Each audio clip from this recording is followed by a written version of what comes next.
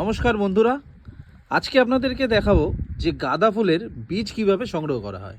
তো আজকে আমরা নিয়ে এসেছি, এটা হচ্ছে ইনকা গাঁদা, যেটা নিয়ে আমরা আজকে দেখাবো। তো মামা, দর্শকদের আজকে যদি একটু দেখানো যায় যে গাঁদা ফুল তো আমরা সারা বছর দেখালাম, তো এটার বীজ কিভাবে সংগ্রহ করতে হয়। নমস্কার। ইনকা গাঁদা শীতের তো শেষ, গাছও শেষ, তো গাছের তো চারা করতে হবে নেক্সট ইয়ারের জন্য। তার নেক্সট ইয়ারে যখন আমরা এই মানে গাছ পেতে পেতে চারা পেতে পেতে অক্টোবর নভেম্বর মাস আমাদের হয়ে যায়, তখন আর ওই অক্টোবর নভেম্বর মাসের চারা কিনে ভালো মানের গাছ করা অসম্ভব ব্যাপার।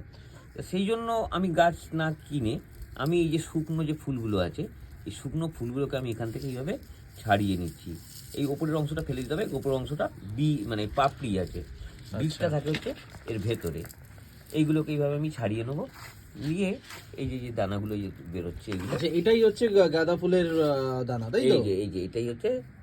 আচ্ছা আচ্ছা আচ্ছা আচ্ছা। তো এইভাবে পরের বছর কি করে? এইভাবে এটাকে ভালো করে রোদ্দুরে আরো শুকনো করে নেবো, 1-2 দিন শুকনো করে নিয়ে কোনো এয়ার টাইট জায়গার মধ্যে এটাকে রেখে দিতে হবে, যাতে হাওয়া বাতাস সেভাবে না লাগে। এইটাকে আমার ঠিক সময় মতো আমি আবার মাটিতে বসিয়ে আমি যখন আবার গাছ তৈরি করব সেটা আপনাদের সামনে নিয়ে আসবো। তখন আপনারা দেখবেন যে আমরা কিভাবে এর থেকে গাঁদা গাছ তৈরি হবে, তাই তো? আচ্ছা, অসংখ্য ধন্যবাদ। বা আপনারা দেখবেন, দেখে আপনারা পরের বছর ভিডিও অবশ্যই দেখবেন। ধন্যবাদ।